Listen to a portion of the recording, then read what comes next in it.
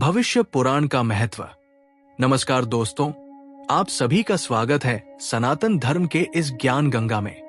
आज हम एक ऐसे अद्भुत पुराण की यात्रा पर निकल रहे हैं जो हमें केवल अतीत और वर्तमान ही नहीं बल्कि आने वाले समय का भी दर्शन कराता है। यह है भविष्य पुराण, जिसे महर्षि वेदव्यास ने रचा। ये पुराण सिर्फ कथाओं का संग्रह नहीं है, ये एक ऐसा दर्पण है जिसमें हम अपने जीवन का मार्ग देख सकते हैं। इसमें धर्म, नीति, संस्कार, पूजा पद्धति, लोकाचार, राजधर्म, योग और मोक्ष तक सबका विस्तार से वर्णन है। ये हमें सिखाता है कि कैसे सही कर्म करके हम अपने भविष्य को उज्जवल बना सकते हैं। कथा है कि एक समय की बात है, एक बहुत ही प्रतापी राजा थे जिनका नाम था शतानीक। वे बहुत ही ज्ञानी थे, लेकिन उनके मन में कुछ प्रश्न थे जिनका उत्तर वे जानना चाहते थे। एक दिन वे सुमंतु मुनि के आश्रम में गए और उनके सामने हाथ जोड़कर विनम्रता से निवेदन किया, हे मुनिवर, मुझे धर्म का सार बताइए। इस संसार में मनुष्य के लिए सबसे आवश्यक नियम क्या है? कौन से देवता, ग्रह, नक्षत्र और ऋषि हमारे जीवन में कल्याण देते हैं? और किन कर्मों को करने से हमारे जीवन में शांति और ऐश्वर्य की प्राप्ति होती है?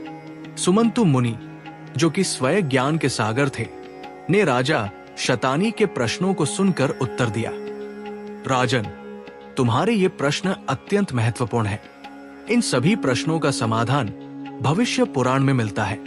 ये पुराण भगवान सूर्य नारायण की महिमा से शुरू होता है और इसमें ऐसी ऐसी बातें बताई गई हैं जिन्हें सुनने और अपने जीवन में उतारने से मनुष्य के सभी दुख मिट जाते हैं और जीवन में परम शांति स्थापित होती है। आओ, मैं तुम्हें इस पुण्य कथा को सुनाता हूं। सूर्य की महिमा, समस्त सृष्टि का आधार। सबसे पहले इस पुराण में भगवान सूर्य नारायण की महिमा गाई गई है और इसका कारण भी बहुत स्पष्ट है। सूर्य ही इस समस्त सृष्टि के जीवनदाता है। सोचिए, अगर सूर्य न हो तो क्या होगा? चारों ओर अंधकार छा जाएगा, धरती पर जीवन असंभव हो जाएगा, कोई पेड़ पौधा नहीं होगा, कोई जीव जंतु नहीं होगा। सूर्य ही समस्त प्राणियों को प्रकाश, ऊष्मा, बल और प्राण देते हैं। वे ही आदित्य है, वही मार्तंड है, वही समस्त ग्रहांशत्रों के अधिपति है।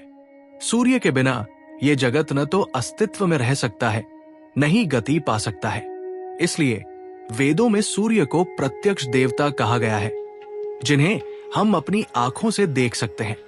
हमारे ऋषि मुनियों ने कहा है कि सूर्य की उपासना करने से हमें कई लाभ मिलते हैं। शनि, राहु और केतु जैसे कठिन ग्रह भी शांत हो जाते हैं, जीवन की पीड़ा और कष्ट मिट जाते हैं, बड़े बड़े रोगों का नाश होता है, आत्मा में तेज और ओज की वृद्धि होती है। इसलिए मुनि सुमंतु राजा से कहते हैं, राजन, जो व्यक्ति श्रद्धा पूर्वक प्रातःकाल और संध्या के समय सूर्य का ध्यान करता है, गायत्री मंत्र का जाप करता है और सूर्य देव को अर्घ्य देता है, वो सभी प्रकार की विपत्तियों से मुक्त होकर जीवन में सुखी रहता है। सूर्य उपासना से व्यक्ति का आत्मविश्वास बढ़ता है और वो हर चुनौती का सामना करने में सक्षम होता है। त्रिदेव की स्तुति, सृष्टि का संचालन करने वाली परम शक्तियां। सूर्य की पूजा के साथ साथ भविष्य पुराण में त्रिदेव, ब्रह्मा, विष्णु और महेश की भी स्तुति की जाती है। ये तीनों देव इस सृष्टि के संचालन, पालन और सहार के कार्य को संभालते हैं। इनकी स्तुति करना हमारे जीवन में संतुलन और स्थिरता लाता है। ब्रह्मा जी की प्रार्थना। कमल के आसन पर विराजमान, चार मुखों से वेदों का उच्चारण करने वाले ब्रह्मा जी, आप ही इस सृष्टि के रचयिता है। आप ही ने इस जगत का विस्तार किया। आपकी कृपा से ही सभी प्राणी धर्म और नीति के मार्ग पर चलते हैं। आप ही ज्ञान और विवेक के प्रतीक हैं। हे ब्रह्मा देव, भक्तों को शांति और सद्बुद्धि प्रदान करें ताकि वे सही और गलत का भेद कर सके। विष्णु भगवान की प्रार्थना। शंख, चक्र, गदा और पद्म से सुशोभित पीतांबरधारी करुणा सागर विष्णु भगवान, आप ही इस जगत के पालनहार हैं। आप ही सबके रक्षक और संकटहारी हैं। आपकी कृपा से जीवन में सुख, ऐश्वर्य और समृद्धि आती है। जब भी धर्म की हानि होती है, आप ही अवतार लेकर उसकी रक्षा करते हैं। हे माधव, भक्तों के जीवन में शांति और संतोष स्थापित करें और उन्हें सभी संकटों से मुक्त करें। महादेव की प्रार्थना। जटाजूट में गंगा को धारण करने वाले अर्धचंद्र से विभूषित भस्म विभूषित भोलेनाथ, आप ही काल के भी काल हैं। आप ही संहारक हैं और आप ही करुणामय रक्षक। आपकी कृपा से समस्त पाप नष्ट होते हैं और व्यक्ति मोक्ष की ओर अग्रसर होता है। आप ही तप और वैराग्य के प्रतीक हैं। हे शिव शंकर, भक्तों के भय, रोग और संकट मिटाएं और उन्हें जीवन में निर्भयता प्रदान करें। मातृकाओं की महिमा, शक्ति के विभिन्न स्वरूप। इस पुराण में मातृकाओं का भी विशेष वर्णन है। मातृकाएं वे दिव्य शक्तियां हैं जो सृष्टि को संचालित करती है। ये शक्तियां देवी के विविध रूपों में पूजित होती है। इनकी उपासना से साधक को जीवन के हर क्षेत्र में सफलता और सुरक्षा मिलती है। उमा देवी, ये करुणा और शांति की अधिष्ठात्री है। इनकी उपासना से मन को शांति मिलती है और परिवार में प्रेम का वातावरण बनता है। काली, ये अधर्म का नाश कर धर्म की रक्षा करने वाली है। इनकी पूजा से व्यक्ति को दुष्ट शक्तियों से मुक्ति मिलती है और वह न्याय के मार्ग पर चलता है। लक्ष्मी, ये ऐश्वर्य और समृद्धि की देवी है। इनकी कृपा से घर में धन धान्य की कमी नहीं होती और व्यक्ति सुख संपन्न जीवन जीता है। सरस्वती, ये ज्ञान और विद्या की देवी है। इनकी उपासना से बुद्धि तीव्र होती है और व्यक्ति शिक्षा तथा कला के क्षेत्र में सफलता पाता है। चामुंडा, ये दुष्टों का संहार करने वाली है। इनकी पूजा से व्यक्ति को शत्रुओं पर विजय प्राप्त होती है।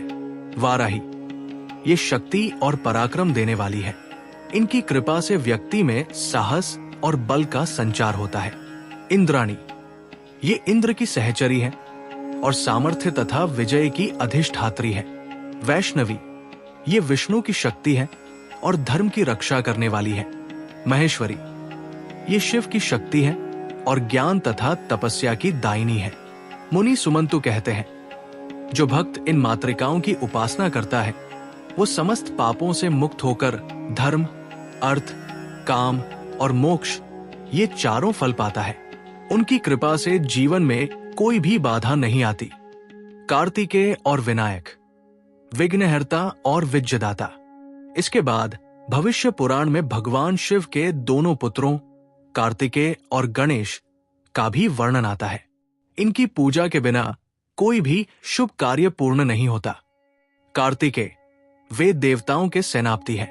वे युद्ध के देवता हैं और सदैव धर्म की रक्षा के लिए तत्पर रहते हैं। उनका स्मरण करने से साधक को बल, साहस और विजय की प्राप्ति होती है। उनकी पूजा से व्यक्ति में नेतृत्व क्षमता बढ़ती है। श्री गणेश, वे प्रथम पूज्य विघ्नहर्ता है। किसी भी कार्य को शुरू करने से पहले उनकी पूजा की जाती है। उनके स्मरण मात्र से सभी कार्य सिद्ध हो जाते हैं। वे बुद्धि, विवेक और सफलता के दाता है।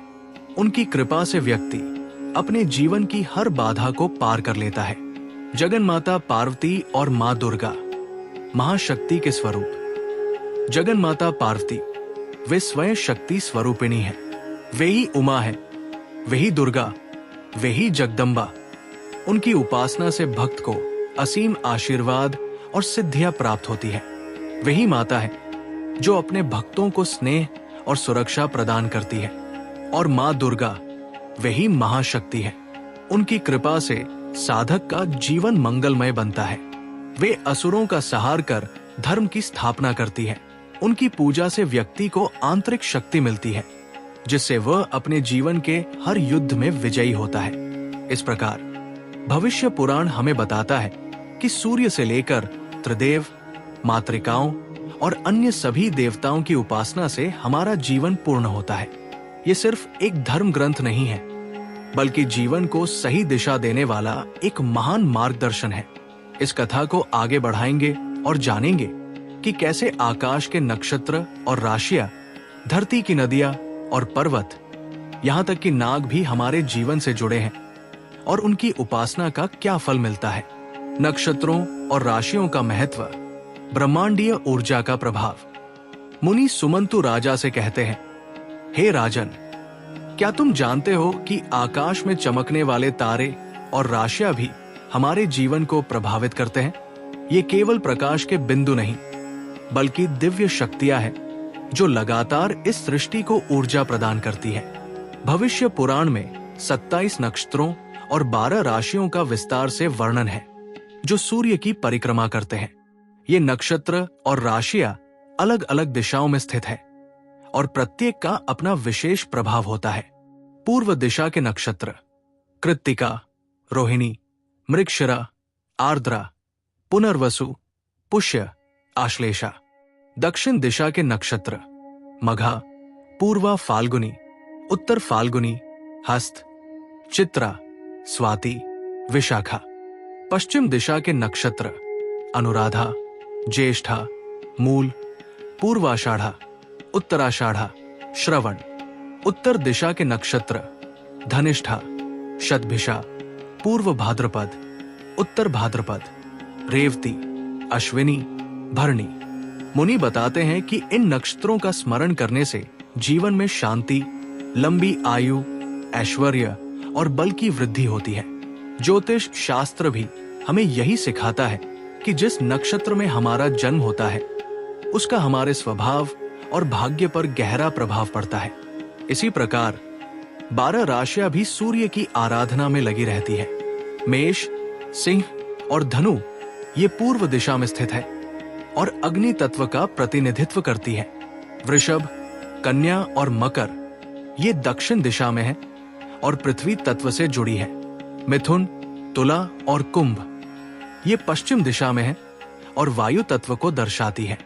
कर्क, वृश्चिक और मीन ये उत्तर दिशा में है और जल तत्व से संबंधित है। सुमंतु मुनि कहते हैं, इन राशियों के गुणों को जानकर और उनकी पूजा करके व्यक्ति अपने जीवन में संतुलन स्थापित कर सकता है। जब व्यक्ति सूर्य की उपासना करता है तो इन सभी राशियों और नक्षत्रों का आशीर्वाद स्वतः ही उसे प्राप्त होता है, क्योंकि ये सभी सूर्य के प्रभाव में ही कार्य करते हैं। ऋषि मुनियों का महत्व, ज्ञान और तपस्या के प्रतीक। इसके बाद मुनि सुमंतु महान ऋषि मुनियों की महिमा का वर्णन करते हैं जिन्होंने सूर्य की उपासना से अद्भुत सिद्धियां प्राप्त की।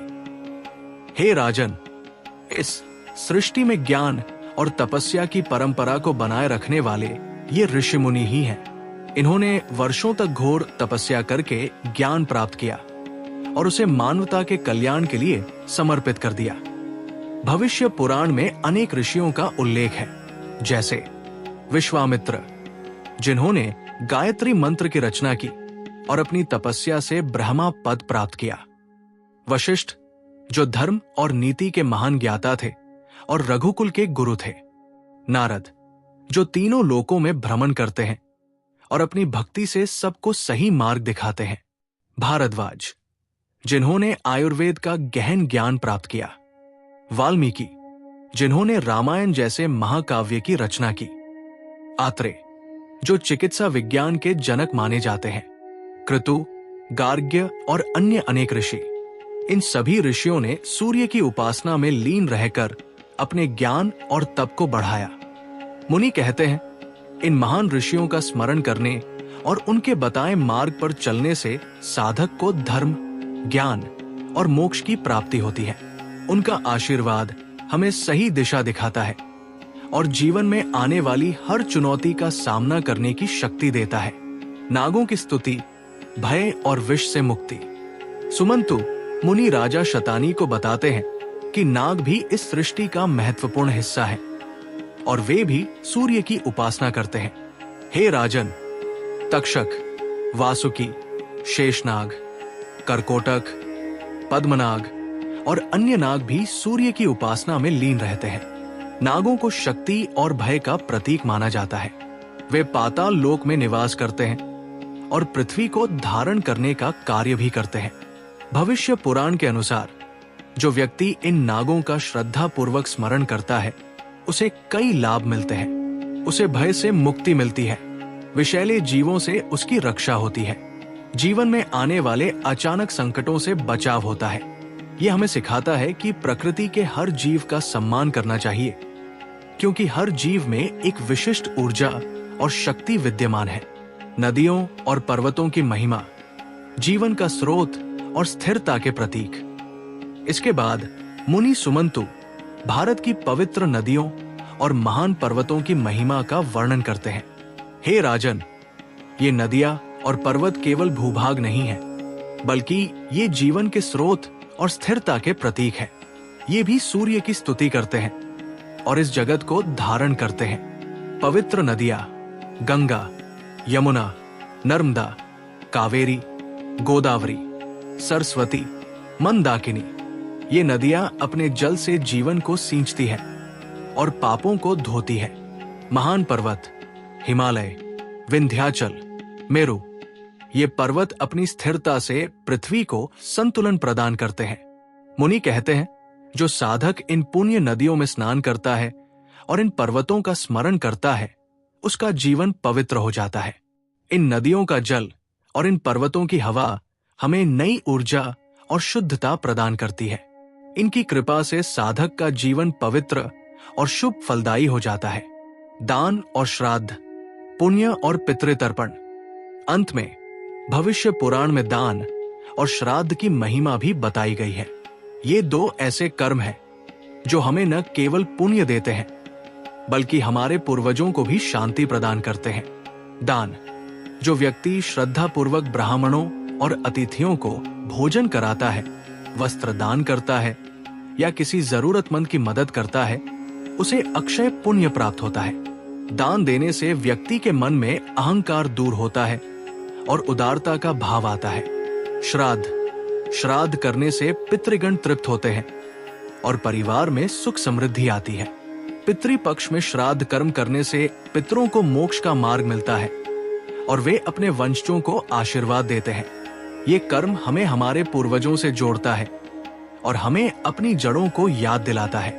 दान और यज्ञ से जीवन में शांति और मोक्ष का मार्ग खुलता है। यह हमें सिखाता है कि जीवन केवल अपने लिए नहीं, बल्कि दूसरों के लिए भी जीना चाहिए। निष्कर्ष, भविष्य पुराण का सार। इस प्रकार मुनि सुमंतु अपनी बात समाप्त करते हुए कहते हैं, हे राजन, इस प्रकार जब मनुष्य सूर्य, त्रिदेव, मातृकाओं, नक्षत्रों, राशियों, ऋषि मुनियों, नागों, नदियों और पर्वतों की उपासना करता है, तो उसका जीवन पवित्र हो जाता है। उसके पाप नष्ट होते हैं और वो धर्म, अर्थ, काम और मोक्ष, ये चारों पुरुषार्थ प्राप्त करता है। जो मनुष्य श्रद्धा से इस कथा को सुनता है, वो रोग, भय और शत्रु से मुक्त होकर 100 वर्ष तक सुखी जीवन व्यतीत करता है। कलयुग के लक्षण, धर्म का ह्रास और अधर्म का उत्थान। मुनि सुमंतु राजा शतानी को भविष्य के बारे में बताते हुए कहते हैं, हे राजन, एक समय ऐसा आएगा जब धर्म का ह्रास होगा और अधर्म का उत्थान होगा। इसे कलयुग कहा जाएगा। इस युग में लोग धर्म के मार्ग से भटक जाएंगे और केवल अपने स्वार्थ के लिए जिएंगे। भविष्य पुराण में कलयुग के कुछ प्रमुख लक्षणों का वर्णन किया गया है। सत्य का लोप। इस युग में सत्य की कीमत बहुत कम हो जाएगी। लोग झूठ बोलकर और छलकपट करके अपना काम चलाएंगे। जो व्यक्ति सच बोलेगा, उसे कष्ट सहना पड़ेगा। भक्ति का दिखावा। लोग धर्म और भक्ति का दिखावा करेंगे, लेकिन उनके मन में कपट होगा। वे केवल दूसरों को प्रभावित करने के लिए धार्मिक अनुष्ठान करेंगे, लेकिन उनके कर्म शुद्ध नहीं होंगे। धन ही शक्ति। धन ही इस युग में सबसे बड़ी शक्ति बन जाएगा। लोग धन के लिए रिश्ते नाते तोड़ देंगे और किसी भी हद तक गिर जाएंगे। राजा भी धन के लिए न्याय नहीं करेंगे। अकाल और रोग। इस युग में अकाल और रोग बहुत बढ़ जाएंगे। लोग छोटी छोटी बातों पर बीमार होंगे और उनकी आयु कम होती जाएगी। समाज में वैमनस्य और लड़ाई झगड़े बढ़ जाएंगे। लोग एक दूसरे से ईर्ष्या और घृणा करेंगे। परिवार के सदस्य भी एक दूसरे का सम्मान नहीं करेंगे। गुरुओं का अनादर। इस युग में लोग अपने गुरुओं और बड़ों का सम्मान नहीं करेंगे। ज्ञान का महत्व कम हो जाएगा और लोग केवल भौतिक सुखों के पीछे भागेंगे। स्त्रियों का पतन, स्त्रियों का सम्मान कम हो जाएगा। वे अपनी मर्यादा से भटक जाएंगी और समाज में अशांति बढ़ेगी। सुमंतु मुनि कहते हैं, हे राजन, ये सभी लक्षण इस बात का प्रमाण होंगे कि कलयुग अपनी चरम सीमा पर है। चारों ओर पाप और अधर्म का बोलबाला होगा और लोग दुख और पीड़ा में जीवन व्यतीत करेंगे। कलयुग में मोक्ष का मार्ग, हरि का नाम और सत्संग। राजा शतानीक ये सुनकर अत्यंत दुखी हुए। उन्होंने मुनि से पूछा, हे मुनिवर, क्या इस घोर कलयुग में मानवता के लिए कोई आशा नहीं है? क्या मोक्ष प्राप्त करने का कोई उपाय नहीं है? मुनि सुमंतु मुस्कुराए और बोले, राजन, घबराओ मत। कलयुग में भले ही धर्म का ह्रास होगा, लेकिन मोक्ष का मार्ग सबसे आसान हो जाएगा। जिस मोक्ष को सतयुग में कठोर तपस्या से प्राप्त किया जाता था, वही मोक्ष कलयुग में केवल एक सरल उपाय से मिल जाएगा। भविष्य पुराण के अनुसार कलयुग में मोक्ष प्राप्त करने के 2 प्रमुख उपाय हैं। हरि का नाम। इस युग में भगवान विष्णु और उनके अवतारों का नाम जपना ही सबसे बड़ा धर्म होगा। केवल राम, कृष्ण या किसी भी देवता का नाम श्रद्धा पूर्वक लेने से ही व्यक्ति के पाप नष्ट हो जाएंगे। हरि का नाम ही इस युग में एक नाव की तरह है, जो हमें भवसागर से पार लगाएगा।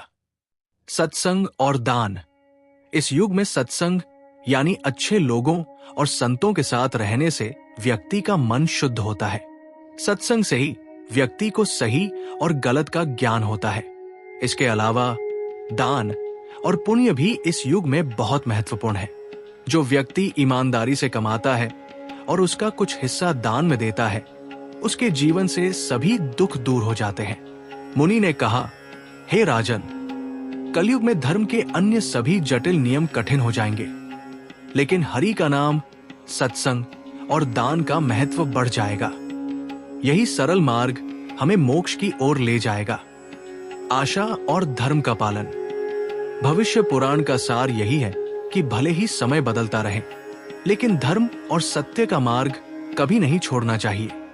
ये पुराण हमें भविष्य के लिए तैयार करता है और हमें बताता है कि जीवन में आने वाली हर चुनौती का सामना हम केवल अपनी श्रद्धा और अच्छे कर्मों से कर सकते हैं। राजा शतानीक का प्रश्न। कहते हैं कि जब मुनि सुमंतु ने राजा शतानीक को भविष्य पुराण की महिमा का वर्णन सुनाया, तो राजा का हृदय जिज्ञासा से भर उठा। उन्होंने पुनः हाथ जोड़कर मुनि से विनय की। राजा के नेत्रों में ज्ञान की प्यास थी। उनके शब्दों में विनम्रता का भाव था। राजा ने कहा, हे मुनिवर, आपने देवताओं, मातृकाओं, नक्षत्रों और ऋषियों की स्तुति का अद्भुत वर्णन किया, जिसे सुनकर मेरी आत्मा को शांति मिली है। किंतु ये जीवन केवल पूजा पाठ से ही पूर्ण नहीं होता। मनुष्य को अपने जीवन में अनेक कर्म करने पड़ते हैं। कृपा करके मुझे ये समझाइए कि एक साधारण मनुष्य के लिए धर्म का वास्तविक स्वरूप क्या है? कौन सा धर्म उसे सांसारिक उलझनों से निकालकर मोक्ष की ओर ले जाता है? और कौन सी आचरण पद्धति उसके जीवन में सुख और ऐश्वर्य प्रदान करती है? राजा के प्रश्न सुनकर सुमंतु मुनि मुस्कुराए। उन्होंने कहा, राजन, तुम्हारे प्रश्न अत्यंत गूढ़ और कल्याणकारी है। ये प्रश्न न केवल तुम्हारे लिए, बल्कि संपूर्ण मानव जाति के लिए मार्गदर्शक है। इन प्रश्नों का समाधान भविष्य पुराण में भगवान सूर्य नारायण ने अपने सारथी अरुण को विस्तार से बताया था। मैं तुम्हें वही ज्ञान सुनाता हूं। ध्यान से सुनो। 5 प्रकार के धर्म। सुमंतु मुनि ने अपनी कथा आगे बढ़ाई। भगवान आदित्य ने अरुण से कहा, हे अरुण, धर्म एक है, किंतु उसके 5 प्रमुख रूप हैं, जिनका पालन करने से मनुष्य का जीवन सफल होता है। ये 5 धर्म हैं: वैद धर्म, आश्रम धर्म, वर्ण धर्म, नैमित्तिक धर्म और नियमित धर्म। वैद धर्म ये वो धर्म है जो वेदों, उपनिषदों और स्मृतियों में विधि विधान के रूप में वर्णित है। इसमें सभी प्रकार के यज्ञ, अनुष्ठान, होम और व्रतों का पालन आता है। ये धर्म मनुष्य के मन, वचन और कर्म को शुद्ध करता है। ये सिखाता है कि किस प्रकार ब्रह्मचर्य, सत्य और अहिंसा का पालन किया जाए। जो मनुष्य वैद धर्म के नियमों का पालन करता है, वो न केवल इस जीवन में सम्मान और सुख प्राप्त करता है, बल्कि मृत्यु के बाद उसे स्वर्ग और मोक्ष की भी प्राप्ति होती है। ये धर्म आत्मा को शुद्ध करने और उसे परमात्मा से जोड़ने का सबसे पहला और महत्वपूर्ण साधन है। आश्रम धर्म। ये धर्म मनुष्य के जीवन को 4 अवस्थाओं में विभाजित करता है, ताकि वह अपने जीवन के प्रत्येक चरण में उचित कर्तव्यों का पालन कर सके। ये 4 आश्रम हैं: ब्रह्मचर्य, गृहस्थ, वानप्रस्थ और संन्यास। प्रत्येक आश्रम का अपना विशिष्ट कर्तव्य और लक्ष्य है। ये धर्म मनुष्य को सिखाता है कि जीवन को किस तरह क्रमबद्ध रूप से जीना चाहिए, ताकि कोई भी कर्तव्य अधूरा न रह जाए। वर्ण धर्म। राजन। समाज को सुचारू रूप से चलाने के लिए वर्णों का विभाजन किया गया। ब्राह्मण, क्षत्रिय, वैश्य और शूद्र। ये 4 वर्ण मनुष्य के जन्म से नहीं, बल्कि उनके कर्मों और स्वभाव से निर्धारित होते हैं। ब्राह्मण का धर्म ज्ञान प्राप्त करना और ज्ञान का दान करना है। क्षत्रिय का धर्म युद्ध में धर्म की रक्षा करना और प्रजा को न्याय देना है। वैश्य का धर्म व्यापार, कृषि और धन का संचय कर समाज का भरण पोषण करना है। शूद्र का धर्म सेवा भाव से समाज के अन्य 3 वर्णों को सहयोग देना है। ये विभाजन किसी को छोटा या बड़ा नहीं बनाता, बल्कि सभी को अपनी अपनी भूमिका में सर्वश्रेष्ठ बनाने का मार्ग दिखाता है। नैमित्तिक धर्म। ये वो धर्म है जो किसी विशेष अवसर पर किया जाता है, जैसे ग्रहण के समय किया गया दान, किसी के जन्म या मृत्यु के बाद की जाने वाली शुद्धि, या किसी उत्सव पर किया गया विशेष अनुष्ठान। ये धर्म मनुष्य को सिखाता है कि जीवन के हर महत्वपूर्ण क्षण का अपना एक आध्यात्मिक महत्व है और उसे उचित कर्मों द्वारा उस क्षण को पवित्र बनाना चाहिए। नियमित धर्म। ये धर्म हमारे दैनिक जीवन का हिस्सा है, जैसे प्रातः काल उठना, स्नान करना, सूर्य को अर्घ्य देना, ईश्वर का ध्यान करना और दान देना। ये धर्म मनुष्य को अनुशासन और संयम सिखाता है। जो मनुष्य नियमित रूप से इन कर्मों का पालन करता है, वो अपने मन को शांत रखता है और जीवन में हमेशा शांति का अनुभव करता है। आश्रम धर्म का विस्तार। मुनि ने आगे कहा, राजन, आश्रम धर्म का पालन सबसे कठिन और सबसे महत्वपूर्ण है, क्योंकि ये पूरे जीवन की रूपरेखा तैयार करता है। भगवान सूर्य ने अरुण को प्रत्येक आश्रम का विस्तृत वर्णन किया था। ब्रह्मचर्य आश्रम। ये जीवन का प्रथम और सबसे महत्वपूर्ण चरण है। इसमें बालक गुरुकुल में प्रवेश करता है। उसका एकमात्र उद्देश्य विद्या ग्रहण करना है। वो गुरु की सेवा करता है, ब्रह्मचर्य का पालन करता है और अपनी इंद्रियों पर नियंत्रण रखता है। इस आश्रम में बालक न केवल वेदों का ज्ञान प्राप्त करता है, बल्कि जीवन के नैतिक मूल्यों और अनुशासन को भी सीखता है। ये आश्रम मनुष्य के जीवन की नींव है, जिसे जितना मजबूत बनाया जाए, भविष्य उतना ही उज्जवल होता है। गृहस्थ आश्रम। ये जीवन का वो आश्रम है जहां मनुष्य विवाह कर एक परिवार बनाता है। ये आश्रम सबसे महत्वपूर्ण माना जाता है, क्योंकि गृहस्थ ही अन्य 3 आश्रमों का आधार है। एक गृहस्थ ही ब्रह्मचारी को शिक्षा के लिए धन देता है, वानप्रस्थी को जीवन यापन के लिए अन्न देता है और सन्यासी को भिक्षा प्रदान करता है। गृहस्थ का धर्म है कि वो धन का उचित संचय करे, संतानोत्पत्ति करे और अपने परिवार का पालन पोषण करे। इस आश्रम में मनुष्य यज्ञ, दान और श्राद्ध जैसे पुण्य कर्मों को भी करता है। ये आश्रम प्रेम, कर्तव्य और त्याग का प्रतीक है। वानप्रस्थ आश्रम। जब मनुष्य अपने पारिवारिक कर्तव्यों को पूरा कर लेता है और उसके पुत्र परिवार को संभालने लगते हैं, तब उसे वानप्रस्थ आश्रम में प्रवेश करना चाहिए। इस आश्रम में वह अपने पत्नी के साथ या अकेले वन की ओर प्रस्थान करता है। वो सांसारिक सुखों का त्याग करता है, किंतु पूरी तरह से वैराग्य धारण नहीं करता। उसका उद्देश्य तपस्या, ध्यान और आत्मचिंतन द्वारा स्वयं को शुद्ध करना है। वो प्रकृति के समीप रहकर ईश्वर की उपासना करता है और मोक्ष की तैयारी करता है। संन्यास आश्रम ये जीवन का अंतिम और सबसे पवित्र चरण है। इस आश्रम में मनुष्य सभी प्रकार के मोह, माया और संबंधों का पूरी तरह से त्याग कर देता है। वो किसी भी स्थान पर नहीं रहता, न ही किसी संपत्ति का मालिक होता है। उसका एकमात्र उद्देश्य ईश्वर की भक्ति और मोक्ष प्राप्त करना होता है। एक सन्यासी केवल भिक्षा से जीवन यापन करता है और अपने पूरे जीवन को ईश्वर को समर्पित कर देता है। संस्कारों का महत्व। सुमंतु मुनि ने अपनी कथा आगे बढ़ाते हुए कहा, राजन, भविष्य पुराण में मनुष्य के जीवन को शुद्ध और पवित्र बनाने के लिए 16 संस्कारों का वर्णन है। ये संस्कार जन्म से लेकर मृत्यु तक किए जाते हैं और हर संस्कार का अपना एक विशेष महत्व है। गर्भाधान संस्कार ये संतानोत्पत्ति से पहले किया जाने वाला संस्कार है, जिसमें माता पिता पवित्र और शुद्ध मन से संतान के लिए प्रार्थना करते हैं।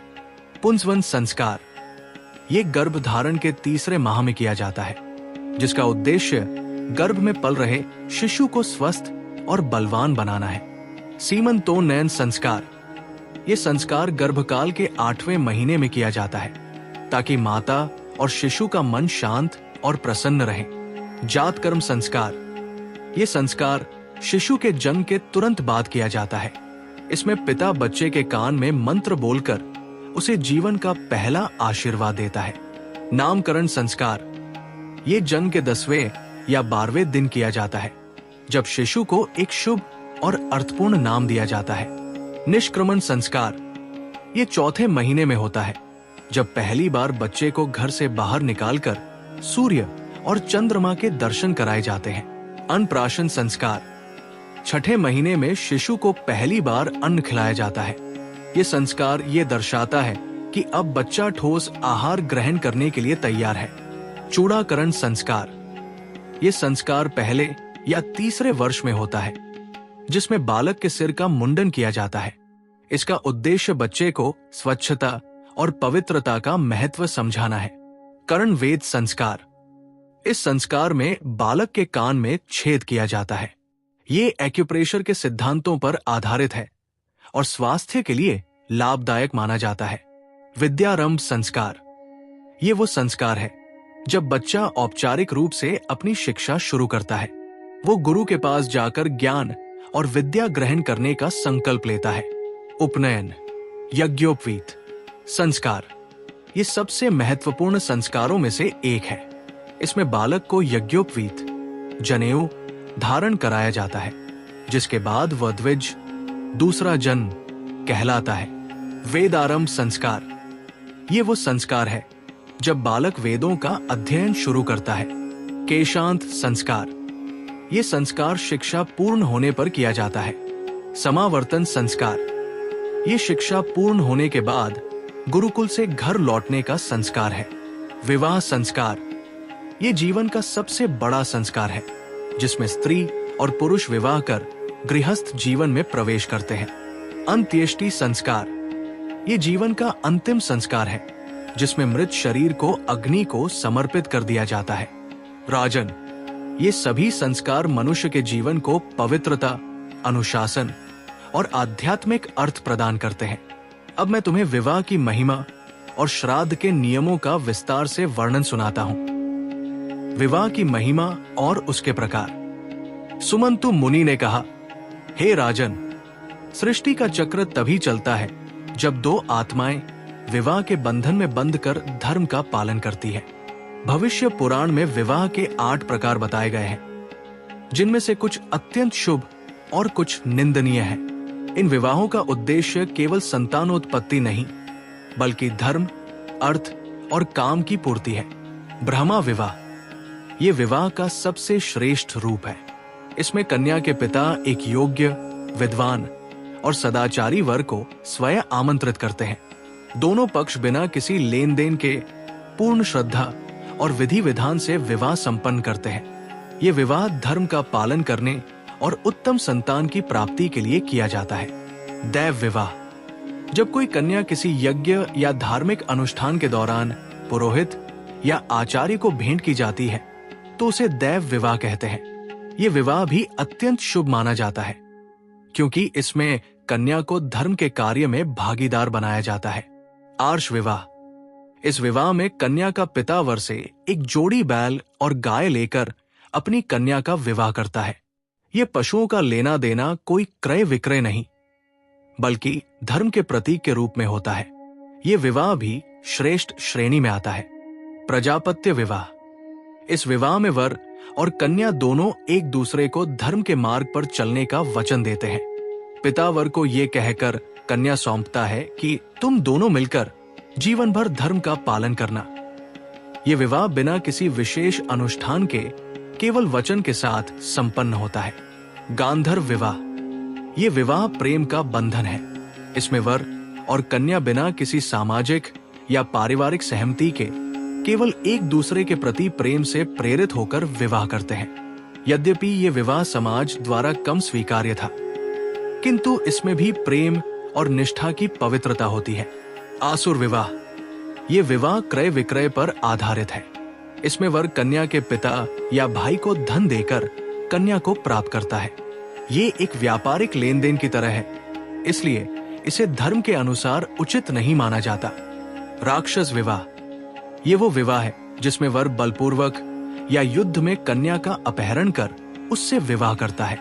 ये विवाह अपने हिंसक और अधार्मिक स्वरूप के कारण सबसे निंदनीय माना जाता है। पैशाच विवाह। ये विवाह का सबसे निकृष्ट और घृणित रूप है। इसमें वर किसी सोई हुई, नशे में धुत या मानसिक रूप से अस्वस्थ कन्या के साथ जबरदस्ती करता है। ये एक महापाप है और भविष्य पुराण में इसकी कड़ी निंदा की गई है। राजन। इस प्रकार विवाह का उद्देश्य केवल शारीरिक संबंध नहीं बल्कि आत्माओं का मिलन और धर्म का पालन है। श्राद्ध का विधान और उसका महत्व। राजा ने फिर पूछा, मुनिवर, श्राद्ध का क्या महत्व है? ये तो सुना है कि श्राद्ध करने से पितर प्रसन्न होते हैं, किंतु इसका वास्तविक उद्देश्य क्या है और इसे किस प्रकार किया जाना चाहिए? सुमंतु मुनि ने कहा, हे राजन, श्राद्ध का अर्थ है श्रद्धा से किया गया कर्म। ये केवल एक रस्म नहीं बल्कि पितरों के प्रति सम्मान, कृतज्ञता और प्रेम का प्रतीक है। जब कोई मनुष्य देह त्यागता है तो उसकी आत्मा को शांति मिले, इसके लिए श्राद्ध आवश्यक है। श्राद्ध 12 प्रकार के होते हैं और प्रत्येक का अपना विशेष महत्व है। नित्य श्राद्ध। ये श्राद्ध प्रतिदिन किया जाता है। इसमें पितरों को जल और तिल अर्पित किए जाते हैं। नैमित्तिक श्राद्ध। ये श्राद्ध किसी विशेष अवसर पर, जैसे किसी की मृत्यु की तिथि पर किया जाता है। काम्य श्राद्ध। ये श्राद्ध किसी विशेष इच्छा या कामना की पूर्ति के लिए किया जाता है। वृद्धि श्राद्ध। ये शुभ अवसरों पर, जैसे विवाह या संतान के जन्म पर किया जाता है ताकि पितरों का आशीर्वाद प्राप्त हो। पार्वण श्राद्ध। ये श्राद्ध अमावस्या, पूर्णिमा या संक्रांति जैसे पर्वों पर किया जाता है। गोष्ठी श्राद्ध।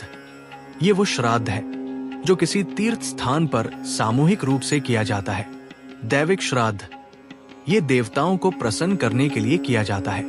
औपचारिक श्राद्ध। ये किसी विशेष अतिथि के आगमन पर किया जाता है। सामूहिक श्राद्ध। ये पूरे कुल के पितरों की शांति के लिए किया जाता है। मासिक श्राद्ध। ये श्राद्ध हर माह पितरों की तिथि पर किया जाता है। वार्षिक, सांवत्सरिक श्राद्ध। ये श्राद्ध पितरों की पुण्यतिथि पर हर वर्ष किया जाता है। पितृतर्पण श्राद्ध। ये श्राद्ध पूरे वर्ष पितरों की शांति के लिए जल अर्पण करके किया जाता है। इन सभी श्राद्धों में पिंड दान और ब्राह्मणों को भोजन कराना सबसे महत्वपूर्ण माना गया है। जो व्यक्ति श्रद्धा पूर्वक इन कर्मों का पालन करता है उसके जीवन से कष्ट दूर होते हैं और परिवार में सुख, समृद्धि और शांति बनी रहती है। मातृ श्राद्ध। राजन, माता का स्थान पिता से भी ऊंचा है, इसलिए भविष्य पुराण में मातृ श्राद्ध का विशेष महत्व बताया गया है। मुनि बोले, हे राजन, मातृ श्राद्ध पूर्वाह्न में किया जाता है। इस दौरान 3 ब्राह्मणों को भोजन कराया जाता है और तिल व पुष्पों से पिंड अर्पित किए जाते हैं। ऐसा करने से कुल की सभी माताएं प्रसन्न होती हैं और साधक को लंबी आयु तथा ऐश्वर्य की प्राप्ति होती है। शुद्धि और श्रद्धा का महत्व। मुनि ने अंत में कहा, राजन, धर्म का पालन करने के लिए शारीरिक और मानसिक शुद्धि अत्यंत आवश्यक है। जन्म या मृत्यु के बाद सूतक, अशौच का पालन करना, निश्चित समय पर स्नान करना और केवल सात्विक भोजन ग्रहण करना आवश्यक है। ये शुद्धिकरण केवल शरीर का नहीं बल्कि आत्मा का भी है। और सबसे महत्वपूर्ण बात यह है कि धर्म का मूल श्रद्धा है। श्रद्धा के बिना किए गए यज्ञ, तप और दान का कोई फल नहीं मिलता। श्रद्धा ही वो शक्ति है जो मनुष्य को ईश्वर से जोड़ती है। हे राजन, तुम ये सभी नियम, धर्म, विवाह और श्राद्ध के विधान समझ गए हो। राजन, आपने अब तक धर्म, आश्रम और संस्कारों का महत्व समझा, किंतु इस सृष्टि में केवल मनुष्य ही नहीं बल्कि हर कण में ईश्वर का वास है। देवी देवताओं से लेकर नदियों और पर्वतों तक हर कोई धर्म के मार्ग पर चलता है। अब आगे सुनो। कार्तिकेय और विनायक। सुमंतु मुनि ने कहा, हे राजन, भगवान शिव के दोनों पुत्रों का वर्णन भी भविष्य पुराण में मिलता है। वे दोनों ही अपने अपने गुणों से इस जगत का कल्याण करते हैं। सबसे पहले भगवान कार्तिकेय हैं, जिन्हें स्कंद के नाम से भी जाना जाता है। वे देवताओं के सेनापति हैं। उनका जन्म धर्म की रक्षा के लिए हुआ था और वे सदैव अधर्मियों का संहार करने के लिए तत्पर रहते हैं। उनके एक हाथ में शक्ति का प्रतीक भाला है और वे मोर पर विराजमान हैं।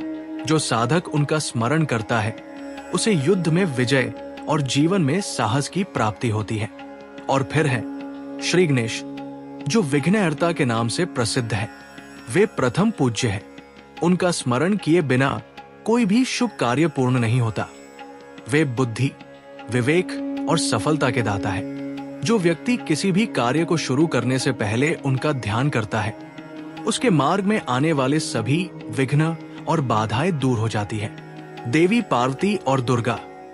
राजन, इस जगत की सारी शक्ति, सारी ऊर्जा देवी की ही देन है। वे ही जगन माता है। जगन माता पार्वती शक्ति स्वरूपिणी है। वे ही उमा है, जो करुणा और शांति की देवी है। वे ही दुर्गा है, जो महाशक्ति का रूप धारण कर अधर्म का नाश करती है। उनकी कृपा से ही सृष्टि में संतुलन बना रहता है। जो भक्त उनकी उपासना करता है उसे असीम आशीर्वाद और सिद्धियां प्राप्त होती है। माँ दुर्गा ही महाशक्ति है। उनकी कृपा से ही साधक का जीवन मंगलमय बनता है। वे असुरों का संहार कर धर्म की स्थापना करती है और अपने भक्तों को हर संकट से बचाती है। नक्षत्रों और राशियों का महत्व। सुमंतु मुनि बोले, हे राजन, इस विशाल आकाश में जो 27 नक्षत्र और 12 राशियां हैं, वे भी सूर्य की उपासना में लगी रहती है। वे जीवन को दिशा देती है और समय का निर्धारण करती है। पूर्व दिशा के नक्षत्र हैं कृत्तिका, रोहिणी, मृगशिरा, आर्द्रा, पुनर्वसु, पुष्य, आश्लेषा। दक्षिण दिशा के नक्षत्र हैं मघा, पूर्वा फाल्गुनी, उत्तर फाल्गुनी, हस्त, चित्रा, स्वाति, विशाखा। पश्चिम दिशा के नक्षत्र हैं अनुराधा, ज्येष्ठा, मूल, पूर्वाषाढ़ा, उत्तराषाढ़ा, श्रवण। उत्तर दिशा के नक्षत्र हैं धनिष्ठा, शतभिषा, पूर्व भाद्रपद, उत्तर भाद्रपद, रेवती, अश्विनी, भरणी। इन नक्षत्रों का स्मरण करने से जीवन में शांति, आयु, ऐश्वर्य और बल की वृद्धि होती है। इसी प्रकार 12 राशियां भी सूर्य की आराधना में लगी रहती है। मेष, सिंह और धनु पूर्व दिशा में, वृषभ, कन्या और मकर दक्षिण दिशा में, मिथुन, तुला और कुंभ पश्चिम दिशा में, कर्क, वृश्चिक और मीन उत्तर दिशा में। ऋषि मुनियों का महत्व। राजन, प्राचीन काल से ही ऋषि मुनियों ने सूर्य की उपासना से अद्भुत सिद्धियां प्राप्त की। विश्वामित्र, वशिष्ठ, नारद, भारद्वाज, वाल्मीकि, आत्रेय, क्रतु, गार्ग्य और अन्य अनेक ऋषि सूर्य की उपासना में लीन रहे। इनके आशीर्वाद से ही साधक को धर्म, ज्ञान और मोक्ष की प्राप्ति होती है। नागों, नदियों और पर्वतों की महिमा।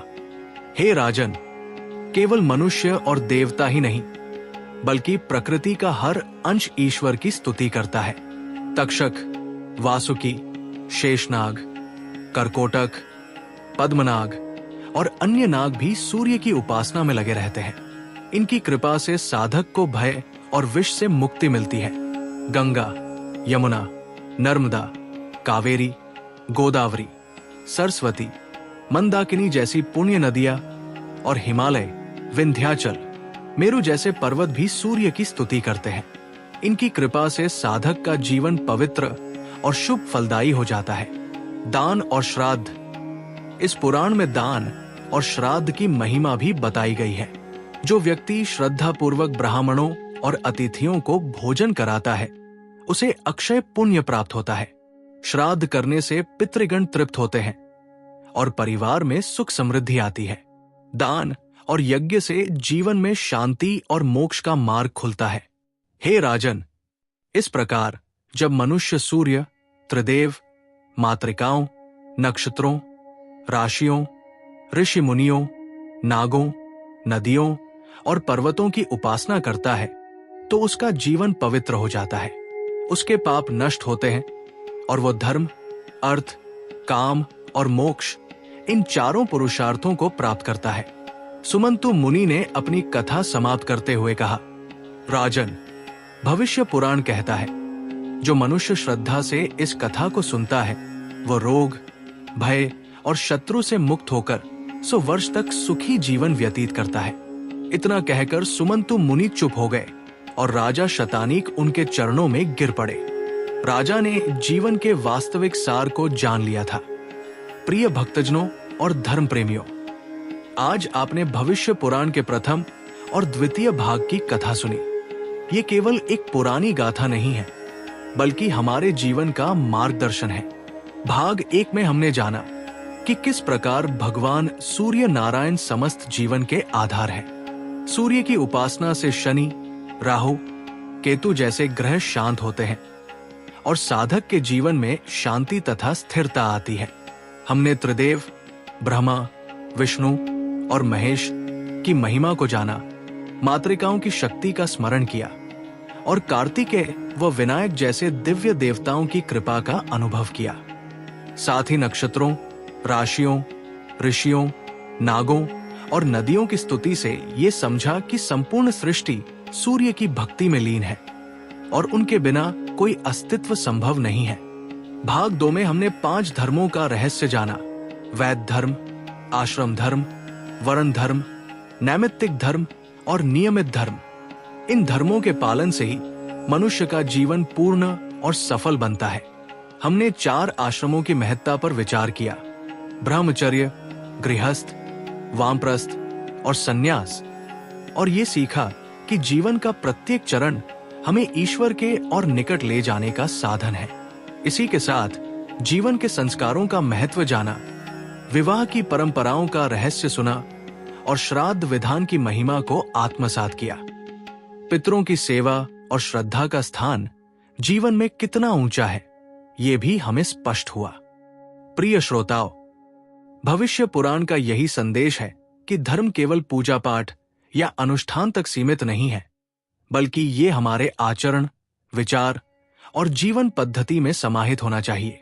श्रद्धा, संयम, सेवा, दान, तप और गुरु भक्ति ही सच्चे धर्म की नींव है। आप सबने ध्यानपूर्वक इस कथा का श्रवण किया। निश्चय ही इससे आपके अंतःकरण में भक्ति का भाव जागृत हुआ होगा। जब हम इन दिव्य प्रसंगों को सुनते हैं और उन्हें अपने जीवन में उतारते हैं, तभी हमारा जीवन सफल होता है। यही पुराण श्रवण का वास्तविक फल है। प्रिय मित्रों, यदि आपको ये वीडियो ज्ञानवर्धक और प्रेरणादायक लगा हो, तो इसे अवश्य अपने मित्रों, परिवार और समाज में साझा करें। इस ज्ञान को जितना अधिक फैलाएंगे, उतना ही धर्म का प्रकाश संसार में बढ़ेगा। आगे आने वाले भागों में हम भविष्य पुराण की और भी अद्भुत कथाएं और गूढ़ रहस्य सुनेंगे। दान और यज्ञ की महिमा, गुरु की महत्ता, पापुण्य का विवेचन और मोक्ष का गहन रहस्य, ये सब आपको अगले भाग में विस्तार से सुनने को मिलेगा। इसलिए जुड़े रहिए और श्रद्धा के साथ इस अमृत कथा का श्रवण करते रहिए। सूर्यदेव की कृपा से आपका जीवन सदैव प्रकाश में रहे, शिव शक्ति का आशीर्वाद आप पर बना रहे और माता जगदम्बा की छत्र छाया में आप निरंतर उन्नति करें। जय श्री सूर्य नारायण। हर हर महादेव। जय माता दी। हम अगले भाग में फिर मिलेंगे। तब तक ईश्वर आपका कल्याण करें। धन्यवाद।